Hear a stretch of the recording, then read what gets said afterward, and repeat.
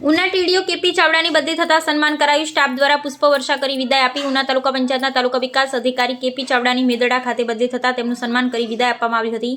આ સન્માન તાલુકા પંચાયત સ્ટાફ પરિવાર દ્વારા કરવામાં આવ્યું હતું. તાલુકા વિકાસ અધિકારી કેપી ચાવડાએ ઉના તાલુકા પંચાયત ખાતે 2.5 વર્ષ સુધી ખંત અને નિષ્ઠાપૂર્વક કામગીરી કરી હતી.